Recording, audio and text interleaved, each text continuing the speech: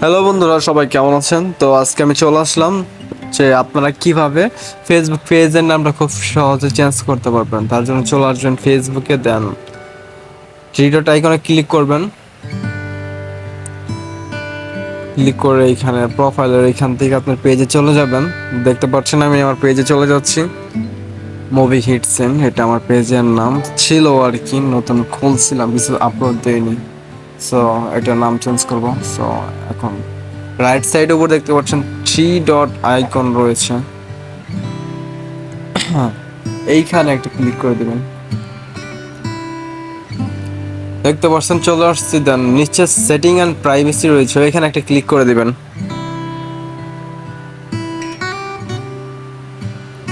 দেন setting এ click করে দিবেন।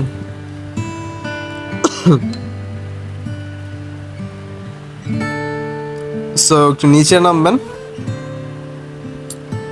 নিচে নামার পর দেখতে পারবেন পেজ সেট আপ নামে কিছু একটা লেখা রয়েছে, পেজ সেট আপ। হ্যাঁ, ওইখানে একটা ক্লিক করে দিবেন, পেজ সেট আপ। তো আমি ক্লিক করে দিলাম।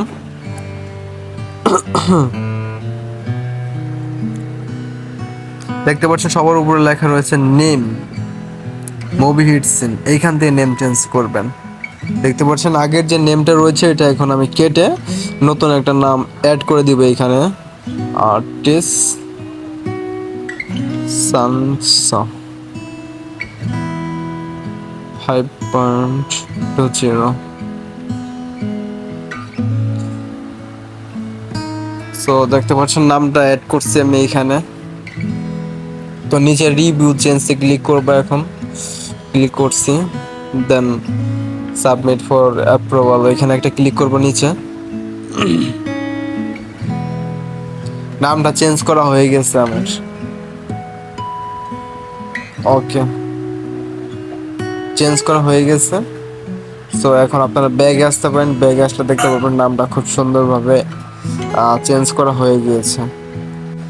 সো ব্যাগে চলে আসলাম। এখন আপনার পেজে প্রোফাইলে ক্লিক করবেন, দেন একটা রিলোড মারবেন।